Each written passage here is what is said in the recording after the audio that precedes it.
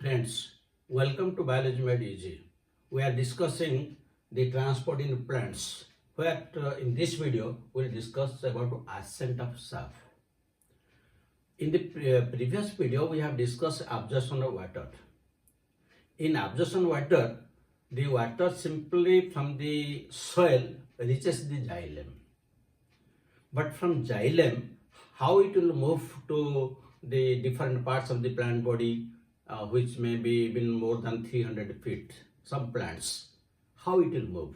So this upward movement of water is known as ascent of SAP. So otherwise you can tell the upward movement of water, that is the same as to that of the ascent of SAP. So when water moves upward, several feet in height, whether, and that is against the gravity also. So whether it moves due to some passive process or due to some active process, or whether it moves very fast or it moves very slow, whether it creates a positive pressure or whether it is due to negative pressure, so many questions are coming to our mind. And it has been seen that due to some negative pressure created in the plant, the upward movement of water takes place. Now, but the next question is, in the vascular bundles, there are two types of conducting elements. One is xylem, the other is phloem. Now, this movement of water, upward movement of water takes place to the xylem or phloem. How will confirm it? We can confirm it by means of a ringing experiment. A ringing experiment. By this we can prove. Now, suppose this is the inner part of the plant body, and here one ring of a bark is moved. One ring of a bark is moved.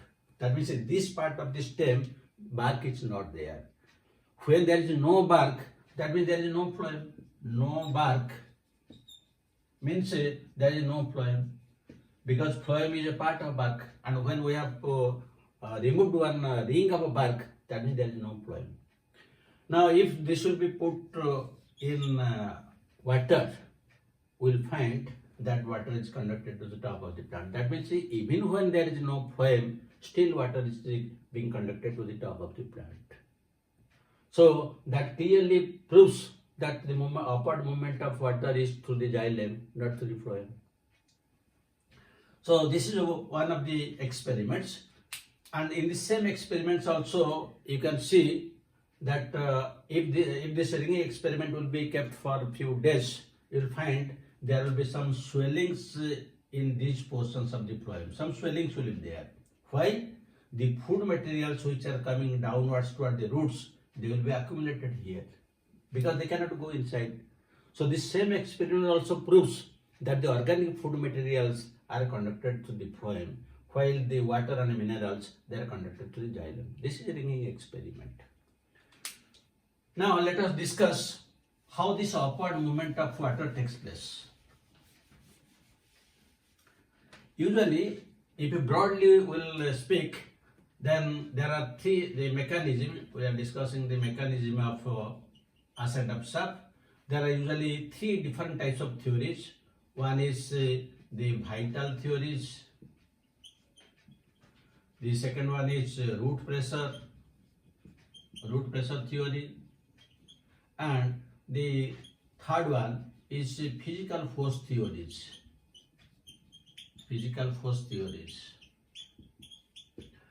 Usually the vital theories, according to vital theories, the living cells are responsible for the ascent of SAP or upward movement of water. But it has been proved wrong.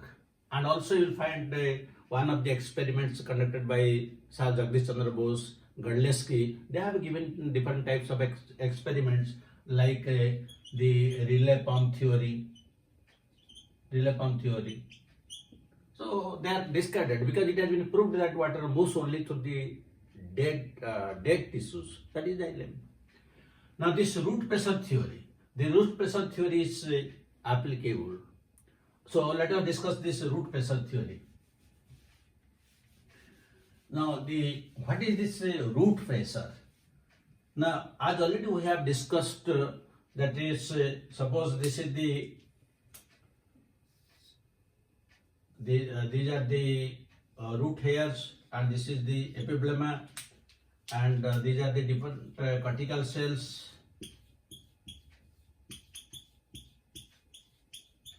Cortical cells. Then there is endodermis.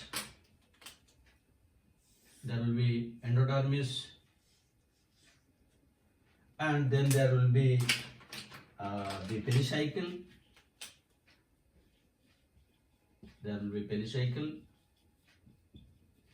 and then there will be the phloem. Then there will be phloem, and then there will be the xylem. This is the protoxylem, and this is the metaxylem. Now, due to absorption of water, it reaches the xylem. So, when water reaches this xylem, that means a sufficient amount of water is accumulated there. That means in the xylem vessels, one positive pressure is created. One positive pressure is created. And this pressure is created is due to active process. Due to active process it is created. So when due to positive pressure, due to active process, so much of water is accumulated in the xylem vessels, what will happen? As already we can compare it with that of the garden hose. If the garden hose, if will press the top of the or tip of the pipe, then water is forced to a long distance, and we have all experienced it while watering the different plants. So in the same way, when water is accumulated in the xylem vessel, what will happen? It will create a pressure, and due to this pressure, water will move upward. Now you can prove it. Suppose you take one potted plant. There is a potted plant, and you take a very soft stemmed plant in the morning, and just cut it from few inches from the pot, and put one pipe here. You put one pipe here, and you will find that water is oozing out of this pipe. So where from this water is coming? So this is due to the positive pressure created by the roots. This is known as root pressure. Now you can also measure it. Now if we will attach one manometer to this, now to this cut end of this, you attach one manometer.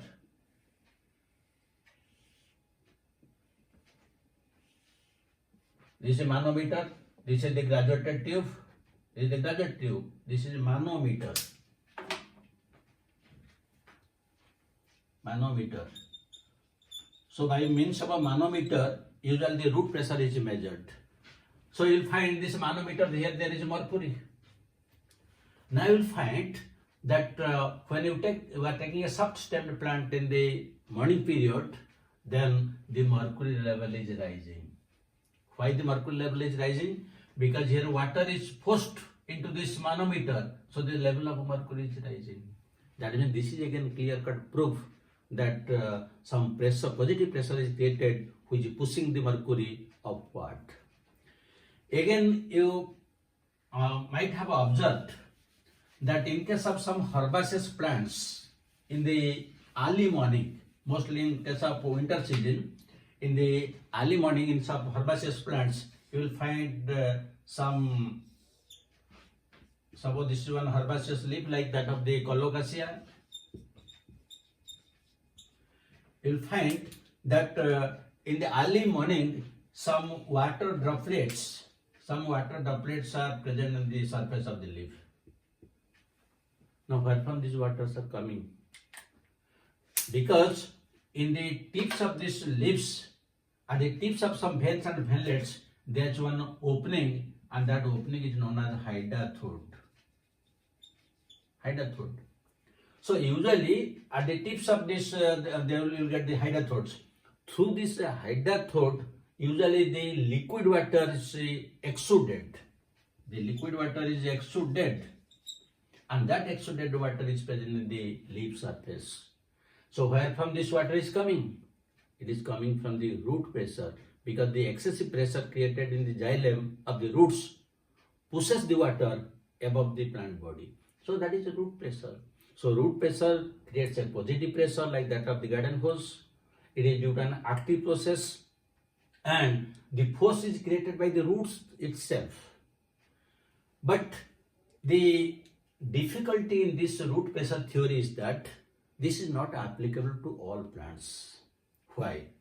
Because there are some plants like pinus where there is no root hairs, and when there is no root hairs, that means they cannot absorb water, so that root pressure cannot be created.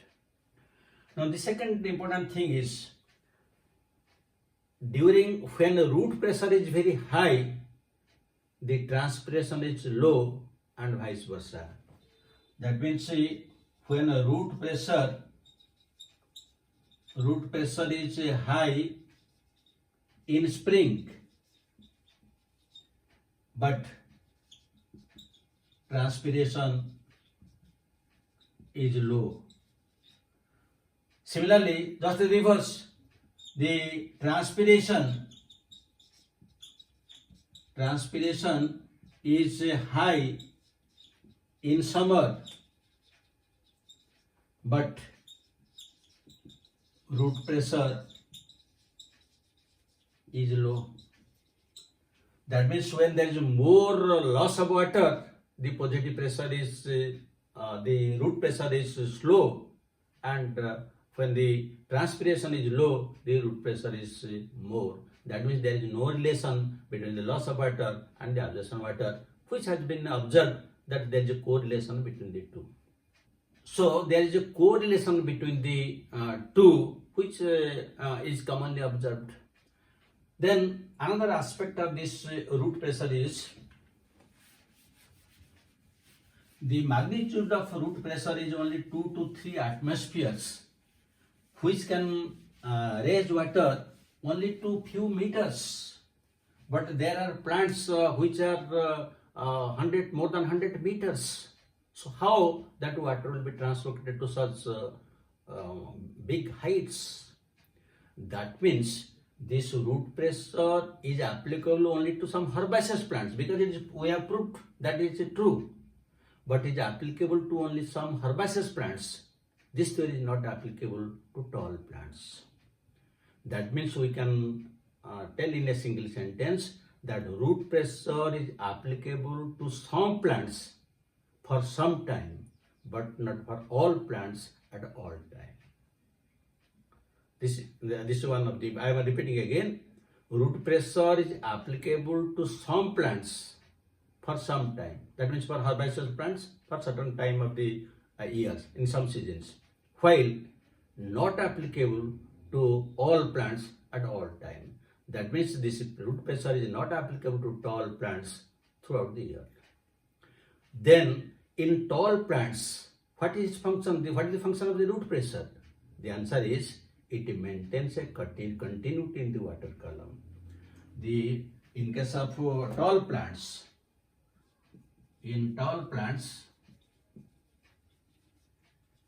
it maintains the continuity of water column. So root pressure is accepted for herbaceous plants, but for not tall plants. Now let us discuss the third type of theory,